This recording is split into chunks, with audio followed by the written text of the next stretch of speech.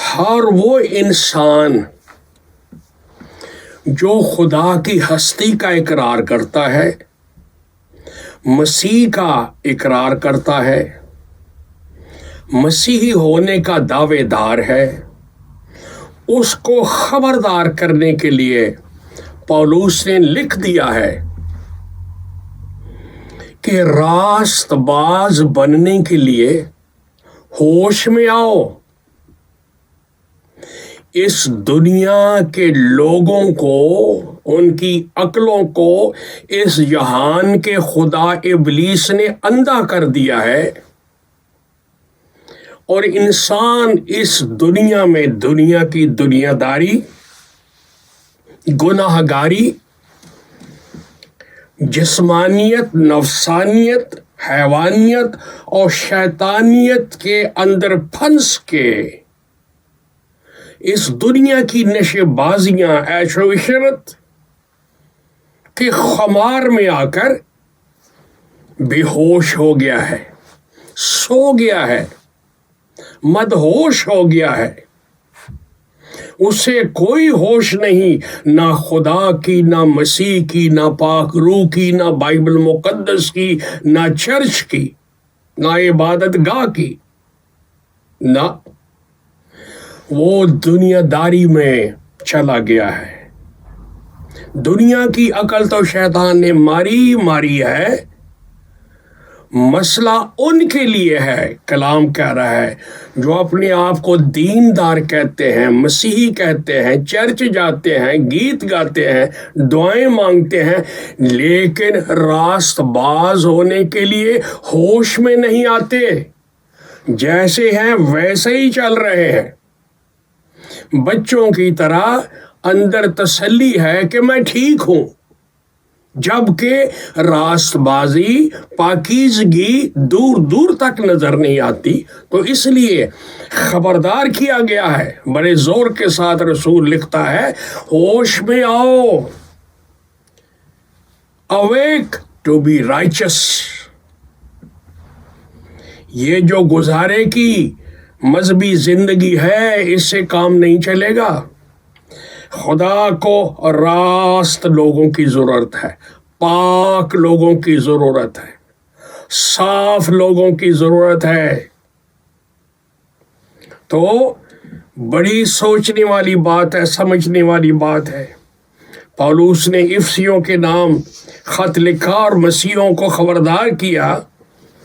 5ویں باب کی 14ویں آیت، اے سونے والے اسرائیلی، اے سونے والے مسیح، جاگ، اویک، ہوش کر،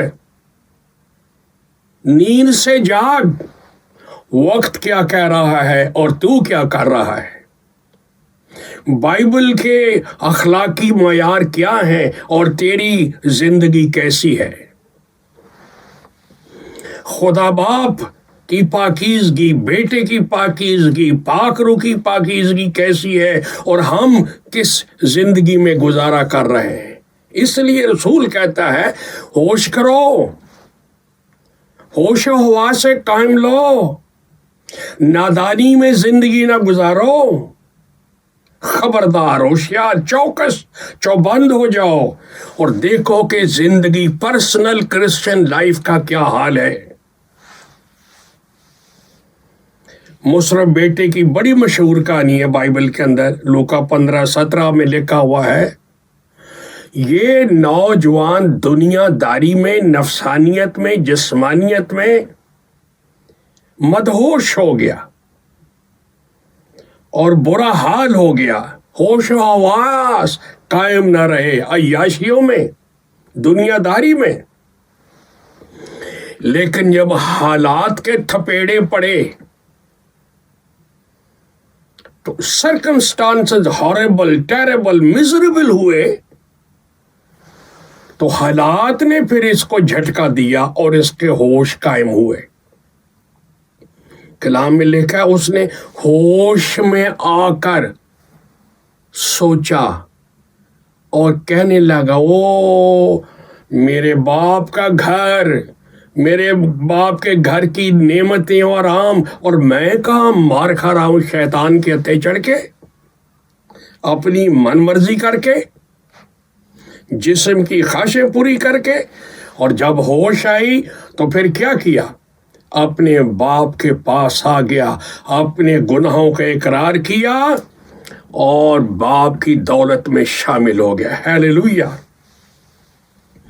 شیطان نے اسی طرح کیا ہوا ہے دنیا کے انسان کے ساتھ، مذہب کی مار دے کے، مشنوں کے گروپوں کی، ٹولیوں کی، ان فیلوشپ کی مار دے کے اس نے مت ماری ہوئی ہے۔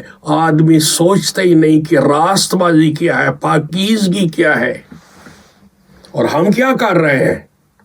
شگل مغل۔ نو نو نو، ایسا سلسلہ خدا کو پسند نہیں ہے۔ خدا کے کلام میں لکھے ایک نوجوان کے بارے میں، لوکا 8:35، اس نوجوان کے اندر ابلیس نے اپنی بدروؤں کی چھاونی رکھی ہوئی تھی۔ لشکر شیطانی اتنا قبضہ کہ مت ہی ماری گئی، سینس لیس ہو گیا، اپنے بدن کو آپ ہی تباہ کر رہا تھا پتھروں سے مار مار کے۔ کوئی ہوش والا آدمی اس طرح نہیں کرتا، ہار آنے والے کے گلے پڑتا تھا، لڑائی کرتا تھا۔ ہوش والا آدمی ایسا نہیں کرتا، قبرستان میں رہتا تھا، آبادی سے دور۔ ہوش والا آدمی تو ایسا نہیں کرتا، ننگ درنگ رہتا، الف ننگا۔ کیا ہوش والا جس کا دماغ ٹھیک ہے اس طرح رہتا ہے ننگا؟ ایک دن اس کا ٹاکرا، اس کی ملاقات خدا کے بیٹے یسوع مسیح ناصری سے ہو گئی۔ مسیح اسی راستے پر چلا گیا جہاں یہ تھا، تو یہ نوجوان بدروحوں سے بھرا ہوا مسیح کے قدموں پر گر گیا، اور مسیح نے اس کو آزاد کر دیا بدروحوں سے، ہزاروں بدروحوں سے۔ شیطان سے خلاصی ہوئی تو کیا ہوا؟ سب سے بڑا معجزہ صرف بدروحوں سے آزادی نہیں، دماغ ٹھیک ہو گیا۔ لکھا ہے لوگوں نے جب آپ اس نوجوان کو دیکھا، ہوش میں مسیح کے پاؤں کے پاس بیٹھا ہوا۔ ہیلیلویا! مسیح کو ملنے سے، اس کے قدموں پر گرنے سے ہوش حواس ٹھیک ہو جاتے ہیں۔ میں بھی اسی طرح ہی تھا۔ جب مسیح کو زندگی دی، اس سے ملاقات کی، تو میرے ہوش حواس قائم ہو گئے، اور میں نے راست بازی کی زندگی جو مسیح میں مفت ملتی ہے اس کو حاصل کر لیا۔ اگر اس نوجوان کو ابلیسی قبضے سے چھڑا کر مسیح اس کی ہوش ٹھیک کر سکتا ہے، میری اور آپ کی بھی ضرورت ہے۔ ہوش میں آ جائے مسیح کے وسیلے، اور یہ غور کریں کہ یہ زندگی خدا نے دی ہے، مسیح کے خون سے دھل کے، پاک روح سے معمور ہو کے راست بازی کی زندگی گزارنی ہے۔ اس کے لیے ہوش میں آؤ۔ اس دنیا کے اندر ابلیس نے ظلم کر کے انسان کو گناہ کی گندگی میں دھکیل کے دنیاوی، جسمانی، نفسانی، حیوانی، شیطانی زندگی میں پھنسا کے اس کی عقل مار دی ہے۔ ہوش ہی نہیں ٹھکانے، پتہ ہی نہیں، بائبل مقدس کی ہوش نہیں، چرچ کی عبادت کی ہوش نہیں، دعا حمد و ثنا کی ہوش نہیں، پتہ نہیں کیا کرتا رہتا ہے۔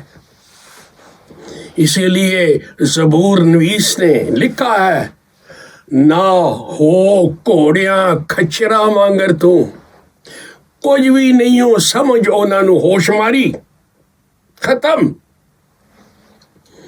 آج چیلنج یہ ہے میرے اور آپ کے لیے کہ جب کلام کہتا ہوش میں آؤ، تو آئیے اس نوجوان کی طرح جو گراسینیوں کے علاقے کے تھا، مسیح کے قدموں میں گرا، شیطان دور ہو گیا، ذہن آزاد ہو گیا، عقل درست ہو گئی، اور وہ مسیح کے قدموں کے پاس آرام سے بیٹھ گیا۔ پہلے تو وہ کسی انسان کے قریب ہی نہیں رہتا تھا، اب کہتا ہے خداوند جہاں جہاں تو جائے گا تیرے ساتھ، تیرے شاگردوں کے ساتھ ساتھ رہوں گا۔ Oh, I want to enjoy your fellowship. یہ ہے تبدیلی، نئی زندگی. اور میں خدا کا خادم ہوتے ہوئے بڑے درد دکھ سے یہ کہتا ہوں، ہوش میں آ جاؤ. راس باز بننے کے لیے، پاک صاف بننے کے لیے برے کے لہو سے دھل جاؤ صلیب کے پاس. آؤ زندہ مسیح کے پاس. وہ آج بھی قادر ہے، کل، آج، اب تک یکساں. جو بھی آئے وہ اس کو راس باز بنانے کے لیے تیار ہے، پاک کرنے کے تیار ہے، صاف کرنے کے تیار ہے. فیصلہ میرا اور آپ کا. میں دعا کرتا ہوں خدا آپ کو آج ہی سمجھ دے، ہوش دے کہ زندگی کا فیصلہ کر کے اس کے قدموں پر بیٹھ جائے، اس کے ساتھ چلے. God bless you. Thank you so very, very much. Amen.